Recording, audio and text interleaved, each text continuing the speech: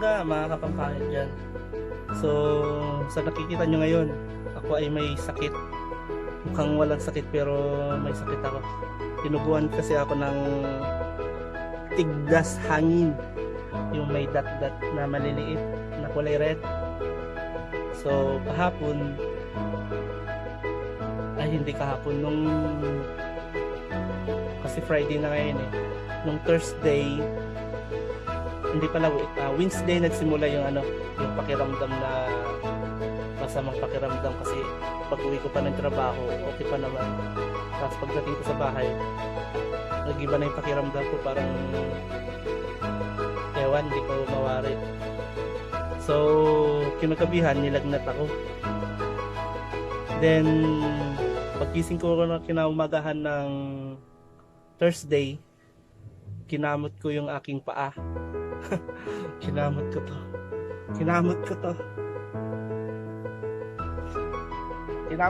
Napakahapde.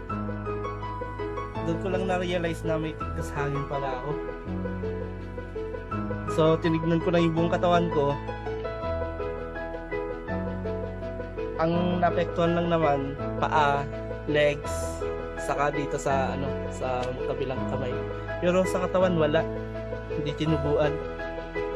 So, ang ginawa ko, nagpakulo ako ng tubig. Then, nilagyan ko ng pulang suka. Inhalo ko. Tapos, tinimplahan ko ng malamig na tubig para hindi naman masyadong mainit.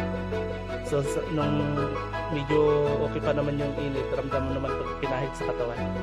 So, kumuha ko ng towel.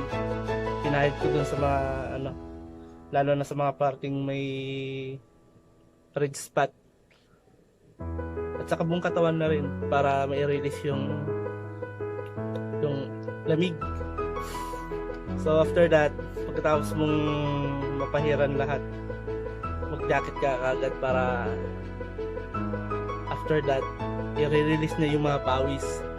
So dahil isang araw lang naman ako nilagnat nung Wednesday ng gabi. At the following day, Thursday at saka Friday, ngayon, kahit yung pakiramdam na kahit wala ka naman nalagnat tapos patuloy ka pa rin pinagpapawisan, pero pag hipuin mo yung katawan mo, parang ang lamig.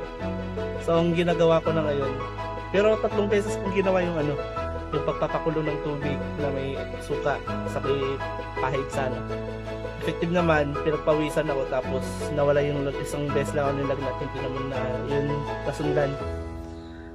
So dahil patuloy pa rin yung pagpapawis ko ng walang dahilan naman kahit malamig, pero dapat pagkatapos yung pala ang gagawin nyo, pagkatapos yung magpahid ng katawan at saka nag-jacket na kayo, huwag nyong isi-switch yung electric fan kasi bawal sa bawal sa tigdas hangin yun. Baka may posibilidad na lumala at saka ma-hospital pa kayo. So hanggat maaari hindi pa gumagaling yung yung tigdas hangin ninyo. So iwasan yung magkaroon ng hangin, na-expose kayo sa hangin at saka switch electric fan, bawal yun. So ang ginawa ko na lang ngayon, dahil nakakaramdam ako ng lamig sa katawan, nagpakulo na lang ako ng tubig. So yung nito, yung steam na lang nito, yun na lang ginagawa kong paraan para ma-release yung lamig sa katawan. So effective naman kasi pinagpapawisan ako. Sarap, para kang nasa sauna. Ito pala yung pinakamurang sauna na may experience mo pag gusto mo. Libre lang, sa isang rice cooker lang. So kahit matagal kayong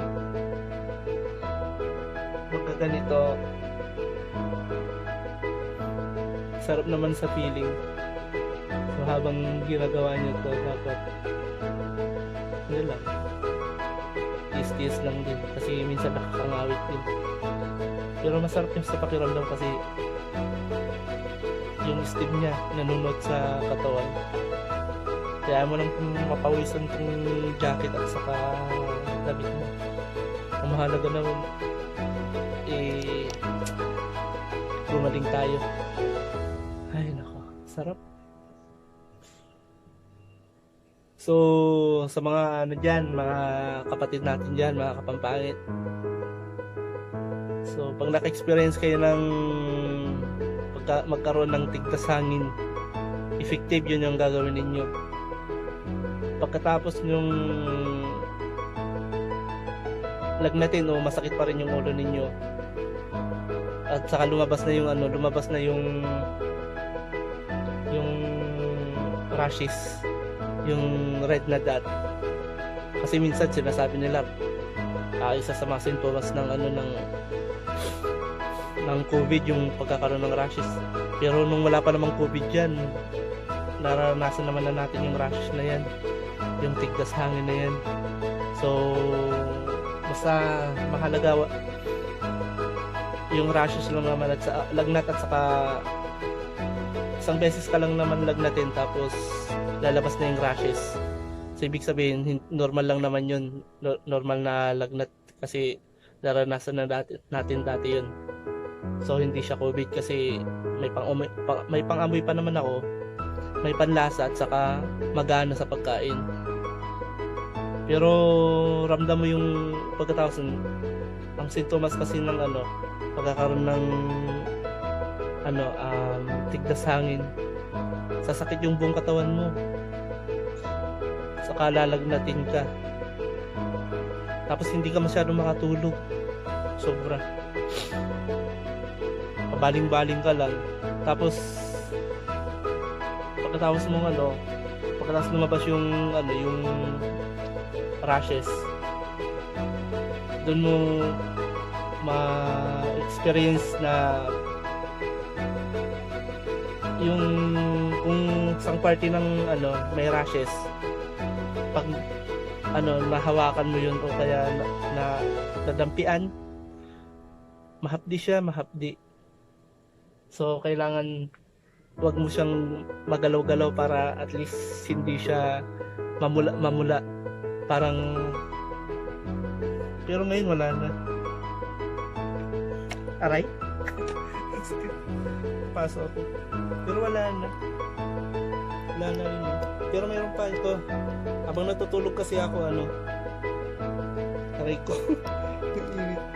Habang natutulog kasi ako, na malikot kasi ako sa pagtulog. Aray ko, sakit.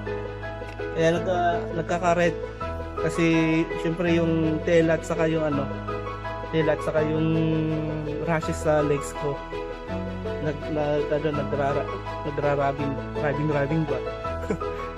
Rub each other in English. So yun, mahapdi kinaumagahan, syempre kiss lang. Ayan, tapusin na lang natin to, konti na lang to para mabilisan yung kalahati lang yung ilagay yung tubig, kasi maliit na rice cooker lang naman to. Pero mas ma-effective pag malaking rice cooker yung yung gagamitin nyo, kasi mas malakas yung may bubuga niyang steam.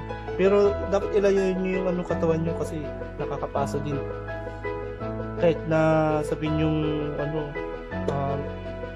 gusto nyo feel yung init ng steam niya, syempre nakakapasa din yan. Bis na makaramdam kayo ng ginhawa, lalong madadagdagan yung sakit ng katawan ninyo, kasi pagkatapos nito parang nabuhusan na ng init na tubig yung na-expose sa katawan ninyo. So yun yung pamamaraan. Isang tip lang yun para at least pabigyan ko kayo ng isang kaginhawaan pag kayo ay ganitong may experience ng may sakit.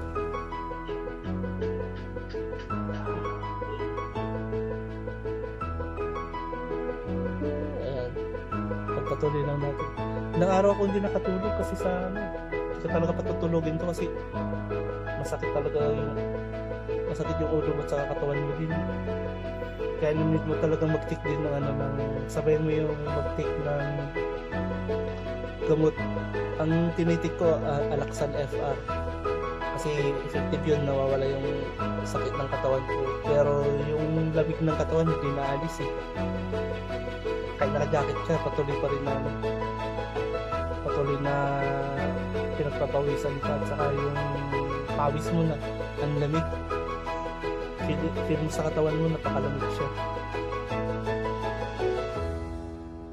Yung hindi mo mawari na ano, bakit ang lamig na nga tapos pinagpapawisan ka pa, feeling mo may iba ka pang sakit. Pero ganito talaga yung epekto nito, yung pagkakaroon ng tigdas hangin, red spot, rashes.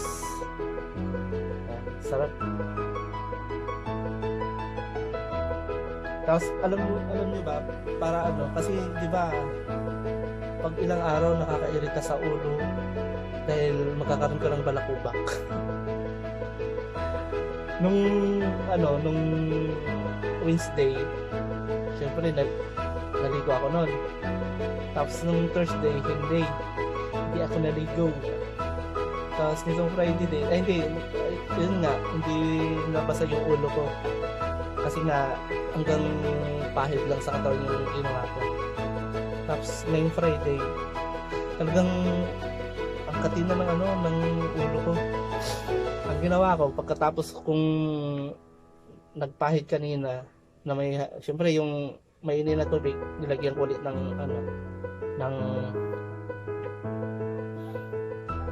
red na suka. Ang nilagay niyo red na suka kasi mas effective yung puti. So, yun nga. Pagkatapos doon, syempre, itinapon ko na yung laman para ano. Ang ginawa ko, yung natirang mainit na tubig, inilagay ko dun sa isang lalagyan ulit. Tapos, yung maligamgam, yung natirang tubig dito kanina nagamit ko na malamig. Siyempre tiniglan ko na rin para hindi ganong mainit naman pag binuhos ko sa ulo. Ayun, habang nasa planggan pa rin, sabay buhos dito, tapos shampoo. Kakatuwa eh. Katawa na lang ako. First time kong ginawa. Ayun, ang ginhawa sa ulo. Ano nga lang, kalat-kalat lang yung tubig. Kailangan may may floor mat ka para yung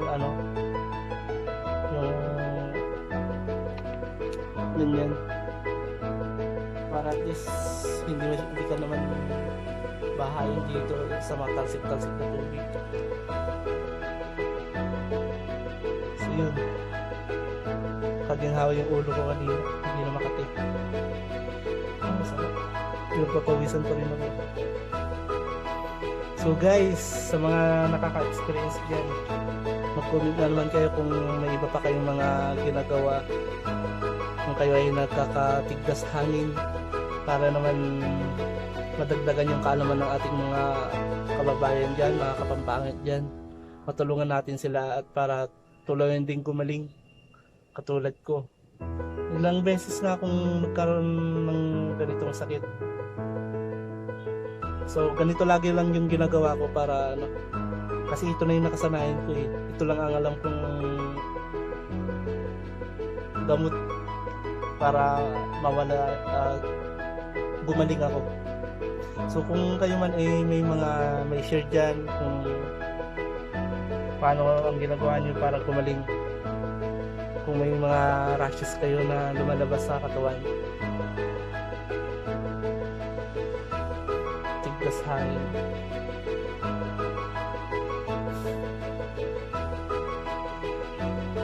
So lumabas ng Wednesday to, Thursday, 2 araw na niya. So yung mga ibang konti na lang, pero kitang-kita pa rin yung mga rashes. Kitang-kita pa rin. Kita ba? Kita pa rin. Kita pa rin sa mga legs ko eh. Mapula-pula pa rin, no? Mapula-pula pa rin yan. Dito lang, hindi ko alam bakit wala sa katawan ko.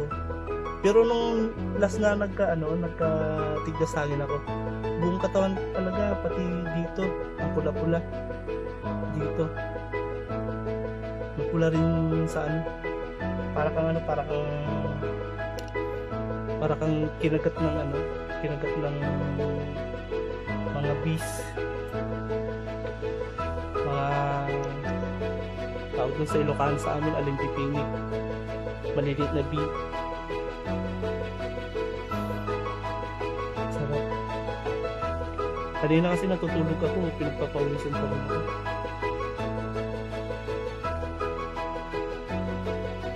Tapos nung nagising ako, ang lamig ng katawan ko, so ngayon ginawa ko talaga.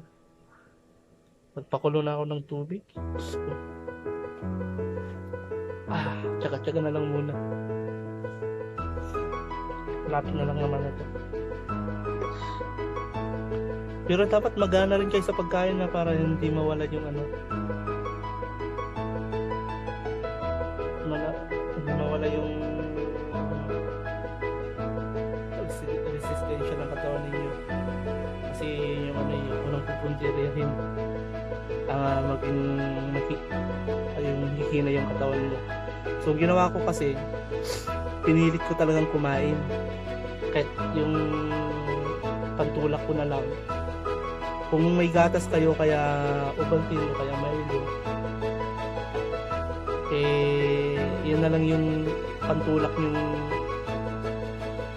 pag nagmaya kayo ng kanin o kaya hindi nyo malunok, yun yung inumin nyo para tumulak yung kanin. Kahit 5 subo lang, 10 subo lang. Pero dapat yun lang yung kakainin nyo. Hindi dapat yun lang kakainin nyo ng kung maghapon. Dapat sundan nyo na naman yun ng mga 2 oras, 3 oras. Kahit paunti-unti, basta malagyan yung katawan ninyo ng kanin. Huwag nyo hayang hindi kayo kakain ng kanin. Pilitin ninyo kahit wala. Ako kasi may panlasa naman ako. Usually, hindi naman ako nawawala ng panlasa at saka pang amoy. Sa akin kasi, dahil nauna kong ininom yung gatas, ang ginawa ko, tubig yung panulak ko. Pero okay lang naman, at least yung tubig naman hindi naman good for the pa naman yun sa body natin. Kasi syempre nare-release niya yung tubig sa katawan na maintain niya yung pananatili ng water sa katawan natin. Kasi pag ganun, magiging dry yung skin natin at saka madi-dehydrate tayo. Kailangan ng tubig, kailangan yun. At saka pag lumabas na pag gusto nyong palabasin yung mga rashes niyo, pag hindi pa gaano lumabas, yung alam nyo may ilalabas pa yung red spot sa katawan nyo pag kunti pa lang, kumain na kayo ng itlog. Yun yung ginagawa. Kaya basta ang pinaka sa amin, ang laging sinasabi sa amin, itlog, either prito, kaya o kaya mas effective yung yung hard boiled. Kasi bawal kasi sa malansa yung yung pagkakaroon ng ganitong may sakit, yung may sakit na tigdas hangin. Kasi palalabasin niya lahat ng rashes mo sa buong katawan mo pag kumain ka ng malansa. Ako naman, gusto ko namang may agad-agad may labas lahat. Ang kinain ko nung nakarang araw, pero hindi ko pa alam na may rash tigdas hangin kasi hindi pa lumabas eh.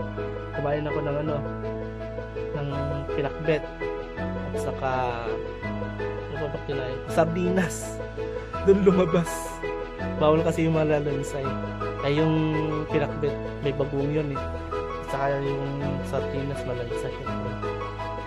So yun, lumabas. Pero okay lang naman. At least, kahit paano, alam kong nalaman ko na may tigdas hangin pala ako kasi conclusion ko na naman, baka nakawaan na naman ako ng COVID kasi nung nakaraan nagkaroon na ako ng ano dito eh.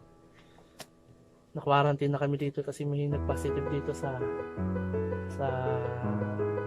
building namin. Pero nung ano pa yun, July 25 pa yun, nung first day namin na na-quarantine, na-detect siya, ay nagpa-swab test siya July 21 ay 20. Tapos after 5 days, mabilis na sa kanila, after 5 days tinawagan na siya ng doktor na asymptomatic siya, saka positive siya, pero asymptomatic naman siya. So kinagabihan, umalis naman kagad siya dito, pero kami naka-lockdown. So hindi naman ako nagsakit nung matapos yung quarantine period, at saka nung hanggang kahapon lang, ay hanggang nung Wednesday ng gabi ako nagkasakit. Yun lang yung ano, kasi nga may rashes na lumabas sa akin, yung tigdas sa akin. So nagpasalamat naman ako, isang beses lang ako nagkaroon ng sakit. So Thursday at saka ngayon, hindi na ako nilagnat, pero ang lamig ng katawan, saka pinagpapawisan. Hindi ko mawari kung anong gagawin ko. So ito na lang yung pinaka-effective na ano, nagpapakulo ako ng tubig tapos nilalagyan ko ng pulang suka yun para effective na. So yun. So dahil lumabas naman na yung ano, kunti naman na, nagkakarni-karni na ako ng ulam ngayon, saka